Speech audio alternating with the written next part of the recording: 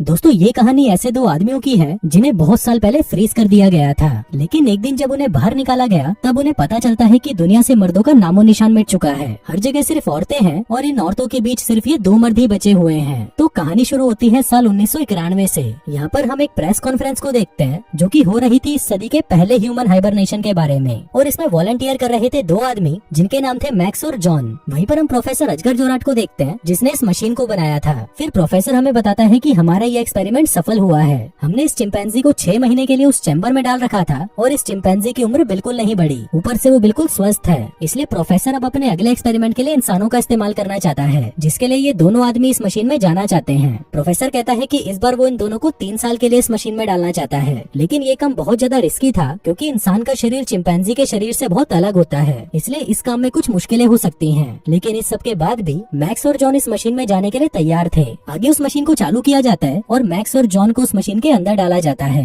अब धीरे धीरे वक्त बीतता है और देखते ही देखते 50 साल बीत जाते हैं। आगे उस मशीन को खोला जाता है और मैक्स और जॉन को बाहर निकाला जाता है। उनके बाहर आते ही हम देखते हैं कि इन दोनों की उम्र थोड़ी भी नहीं बढ़ी। जिस उम्र में इन दोनों को उस मशीन में डाला गया था अभी भी इनकी उम्र वो ही है। अब इनको भूख लगी थी तो 3 लड़कियां इनके लिए खाना लेकर आती हैं। अब इतने सालों से इन दोनों ने कुछ नहीं खाया था तो ये लोग खाने का स्वाद भी भूल चुके थे। आगे मैक्स कहता है कि मैंने मशीन के अंदर एक शराब की बोतल और एक बीड़ी का बंडल छुपा के रखा था और अब उसको बाहर निकालने का वक्त आ चुका है। जिसके बाद वो अपना सामान बाहर निकालता है और वो दोनों वहीं पर बीड़ी जलाकर पीने लगते हैं। लेकिन जैसे ही वहाँ पर धुआं फैलता है हर जगह पर अलार्म बजने लग जाता है। इसी दौरान वहाँ पर 2 औरतें आती हैं और आग को बुझाने लगती हैं। थोड़ी देर बाद वहाँ पर डॉक्टर ब्लॉन्ड नाम की एक औरत आती है और उनको बताने लगती है कि प्रोफेसर अजगर जोराट अब मर चुके हैं। अब ये सुनकर वो दोनों हैरान हो जाते हैं। डॉक्टर ब्लॉन्ड कहती है कि यहाँ पर एक महायुद्ध हुआ था और इस युद्ध में कुछ ऐसा हुआ कि इस धरती के सारे मर्द उसमें मारे गए। अब धरती पर सिर्फ औरतें ही बची हैं और तुम लोग भी इसलिए बच गए क्योंकि तुम इस मशीन में बंद थे। अब इस बात को सुनकर ये दोनों बौखला जाते हैं और वहाँ से भागने लगते हैं। लेकिन जैसे ही वो बाहर के दरवाजे को छूते हैं उन्हें बिजली का एक जोर का झटका लगता है और वो नीचे गिर जाते हैं। आगे जॉन इस बारे में सोचने लगता है और वो मैक्स से कहता है कि सब कुछ ठीक है क्योंकि हम 50 साल से इस मशीन के अंदर थे इसलिए हमें ये सब लग रहा है, जबकि ऐसा कुछ भी नहीं है। मैक्स कहता है कि भाई तू बिल्कुल ठीक कह रहा है, अगर इस धरती पर मर्द ही नहीं है तो हमारी जनरेशन आगे कैसे बढ़ रही है। उधर दूसरी तरफ इनकी बातों को डॉक्टर ब्लॉन्ड सुन रही थी और फिर वो इन्हें जवाब देती है कि यहाँ पर बच्चे मशीन से बनाए जाते हैं। अब ये बात सुनकर उन दोनों की और ज्यादा फटने लग जाती है। उधर दूसरी तरफ डॉक्टर ब्लॉन्ड के पास एक और डॉक्टर मारिया आती है। वो उसे कहती है कि तुम्हें अपने रिसर्च के बारे में बाकी के डॉक्टर से भी बात करनी चाहिए और तुम ऐसे ही चुपके से इन पर रिसर्च नहीं कर सकती। उधर दूसरी तरफ हम मैक्स और जॉन को देखते हैं जिनके कमरे में एक टीवी अचानक चालू हो जाता है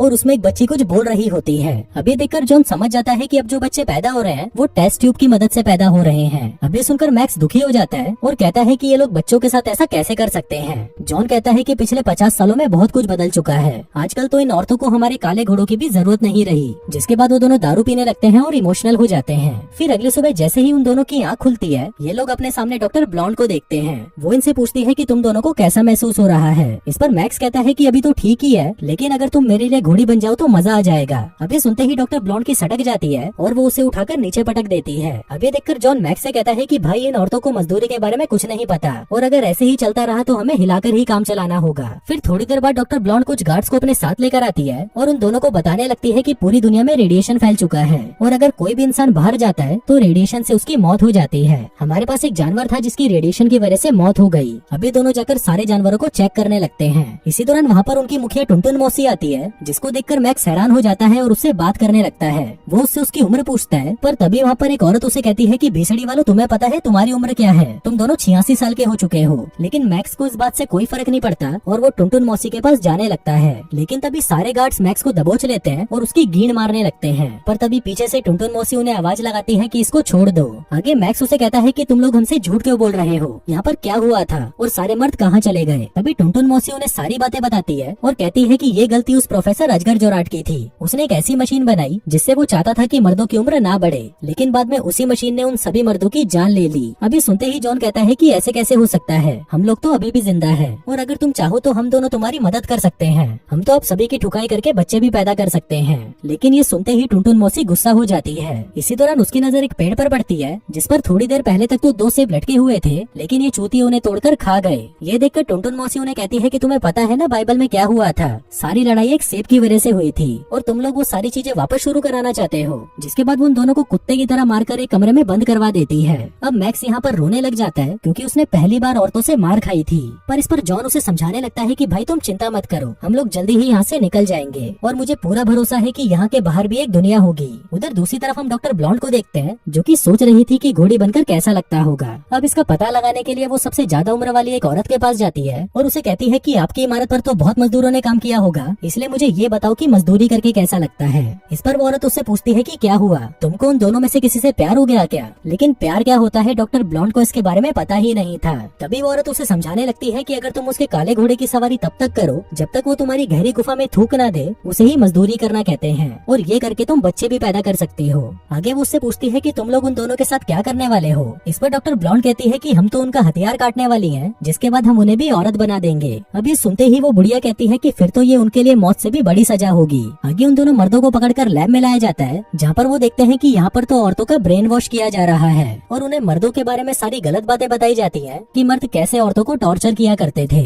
आगे इन दोनों को एक एक फॉर्म साइन करने दिया जाता है जिस पर लिखा था कि इन लोगों के शरीर पर एक्सपेरिमेंट किया जाएगा, लेकिन ये पढ़कर वो दोनों फॉर्म पर साइन करने से मना कर देते हैं। थोड़ी देर बाद उनके ऊपर की सीलिंग खुलती है जहाँ पर बहुत सारी औरतें बैठी हुई थी। दरअसल ये औरतें यहाँ पर फैसला करने आई थी कि इन मर्दों के साथ क्या करना चाहिए, लेकिन ये सुनते ही वो दोनों वहाँ से भाग जाते हैं। फिर रास्ते में इन्हें दो औरतें नजर आती हैं जिनको देखते ही ये दोनों उन पर टूट पड़ते हैं और उन्हें पकड़कर चूसने लग जाते हैं। उधर वो सारी औरतें मिलकर ये फैसला करती हैं कि अब इन दोनों मर्दों पर एक्सपेरिमेंट्स किए जाएंगे। दूसरी तरफ वो दोनों भागते हुए नीचे पहुँच जाते हैं जहाँ पर उनको एक अंडरग्राउंड रास्ता नजर आता है जिसकी मदद से वो दोनों नीचे पहुँच जाते हैं। फिर बाहर आते ही इनको वहाँ पर एक शराब की बोतल मिलती है और उसके साथ एक न्यूज़पेपर भी जिसमें लिखा था कि 1993 में एक ऐसा हादसा हुआ था जिसमें सारे मर्द मारे गए। इसी दौरान वहाँ पर उनको पकड़ने के लिए गार्ड्स पहुँच जाते हैं जिनको देखते ही वो वहाँ से भागकर एक टनल की मदद से बाहर आ जाते हैं। फिर बाहर आते ही इन्हें वहाँ पर बहुत सारी औरतें दिखाई देती हैं जो कि पार्टी कर रही थी। दरअसल ये औरतें बागी थी जो इनके लीडर टुनटुन मौसी के नियमों को नहीं मानती थी। अब वो दोनों ये सब देख ही रहे थे कि तभी वहाँ पर गार्ड्स आ जाती हैं और इन दोनों को दबोच लेती हैं। वहीं नीचे भी वो औरतें गार्ड्स को देखकर डर जाती हैं और वहाँ से भागने लगती हैं। अब इसी भगदड़ का फायदा उठाकर मैक्स और जॉन भी गार्ड्स को चकमा दे देते हैं और वहाँ से भाग जाते हैं। लेकिन भागते भागते ये लोग एक लिफ्ट में पहुँच जाते हैं और वहाँ पर देखते हैं डॉक्टर ब्लॉन्ड को, जिसको देखकर ये दोनों डर जाते हैं। पर तभी डॉक्टर ब्लॉन्ड उनको समझाती है कि अगर तुम लोग बाहर गए तो जिंदा नहीं बचोगे। इस पर वो दोनों उसे कहते हैं कि हमको चूतिया मत बनाओ। तभी डॉक्टर ब्लॉन्ड उन दोनों को एक मशीन के पास लेकर जाती है और उन्हें उससे बाहर देखने के लिए कहती है। फिर उस मशीन से देखने पर उनको पता चलता है कि बाहर हर जगह तबाही मची है और कोई भी इंसान बाहर जिंदा नहीं रह सकता। इसके साथ साथ डॉक्टर ब्लॉन्ड उनको बाहर रेडिएशन भी दिखाती है कि बाहर का रेडिएशन लेवल कितना ज्यादा है और इसी रेडिएशन की वजह से सारे आदमियों की मौत हुई थी। लेकिन उसकी ये बात ये दोनों गधे नहीं मानते और कहते हैं कि हम तो बाहर जाकर मरना पसंद करेंगे, जो कहकर वो वहाँ से चले जाते हैं। लेकिन डॉक्टर ब्लॉन्ड कहती है कि मैं तुम्हें ऐसे मरता हुआ नहीं देख सकती, जो कहकर वो वहाँ पर गार्ड्स को बुला लेती है। तभी गार्ड्स आकर उन्हें वहाँ से ले जाने लगते हैं। अब वो दोनों डॉक्टर ब्लॉन्ड को गालियाँ देने लगते हैं और कहते हैं कि तुम बहुत खुदगर्ज लड़की हो। इसी दौरान डॉक्टर ब्लॉन्ड के पास दो गार्ड्स आती हैं और उन्हें बताने लगती हैं कि तुम्हारा प्रमोशन कर दिया गया है। साथ ही वो उसे ये भी कहती है कि इन दोनों मर्दों को वांटेड घोषित किया गया है और अब जल्दी ही इनको ऑपरेशन करके लड़की में बदल दिया जाएगा। लेकिन इससे पहले डॉक्टर्स को तुम्हारे रिसर्च की जरूरत है, क्योंकि इन दोनों मर्दों के साथ सबसे ज्यादा तुम ही रही हो और तुम्हारे रिसर्च के आधार पर ही इन दोनों मर्दों को औरतों में बदला जाएगा।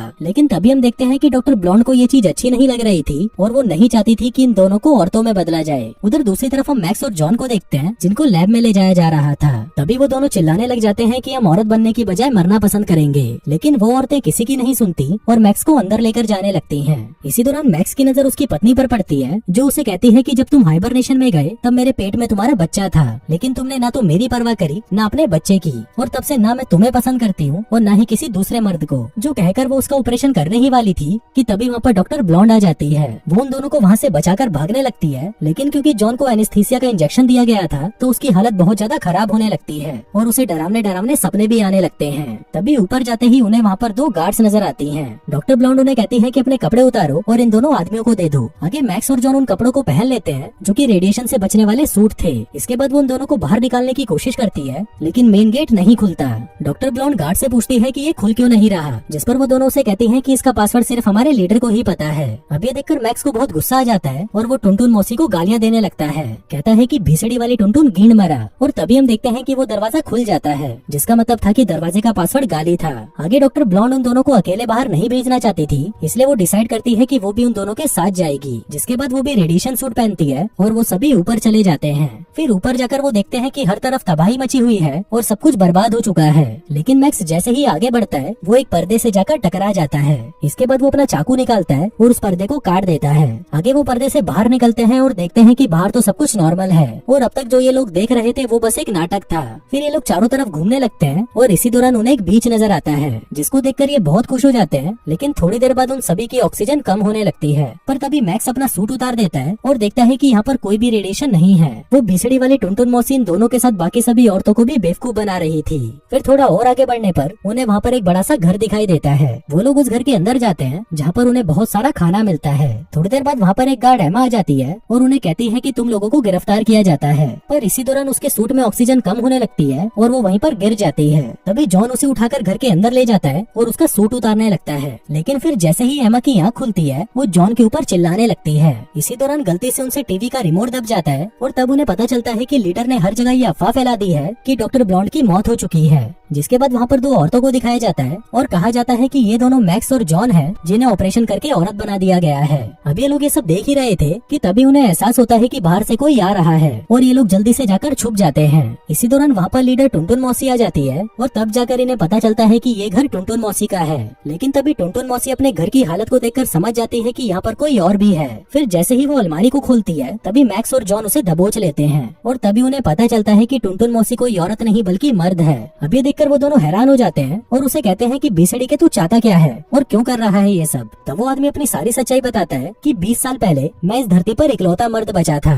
लेकिन ये भीसड़ी वाले मुझे भी लड़की बनाना चाहते थे, इसलिए मैं खुद ही मेकअप करके और संतरे लगाकर औरत बन गया। जिसके बाद मैं उनके साथ ही रहने लगा और एक वक्त बाद मुझे यहाँ का लीडर बना दिया गया। मैक्स और जॉन उसे कहते हैं कि तुमने उन औरतों को बताया क्यों नहीं कि बाहर रेडिएशन जैसा कुछ नहीं है। जिस पर लीडर कहता है कि पहले तो यहाँ पर बहुत रेडिएशन था, लेकिन धीरे धीरे रेडिएशन खत्म होने लगा। इसके बाद मेरी ही हिम्मत नहीं हुई कि मैं इनको सब कुछ सच बता पाऊँ, क्योंकि ये औरतें बहुत खतरनाक हैं। आगे मैक्स और डॉक्टर ब्लॉन्ड वहाँ पर मजदूरी करने लग जाते हैं और वहीं जॉन और एमा भी उनको देखकर शुरू हो जाते हैं। फिर अगले दिन वो दोनों उस लैब में पहुँच जाते हैं जहाँ पर बच्चों को बनाया जाता है। जिसके बाद वो उनके फॉर्मूले में अपने प्यार की निशानी डाल देते हैं ताकि अगली बार जब इन बच्चों को बनाया जाए तो उनमें मर्द भी पैदा हो। जिसके कुछ सालों बाद हम देखते हैं कि जब बच्चे पैदा होते हैं तो वहाँ पर नर्स देखती है कि उनमें एक मर्द भी पैदा होता है। अब ये देखकर उस नर्स की फट जाती है और दोस्तों इसी के साथ ही ये कहानी यहीं खत्म हो जाती है।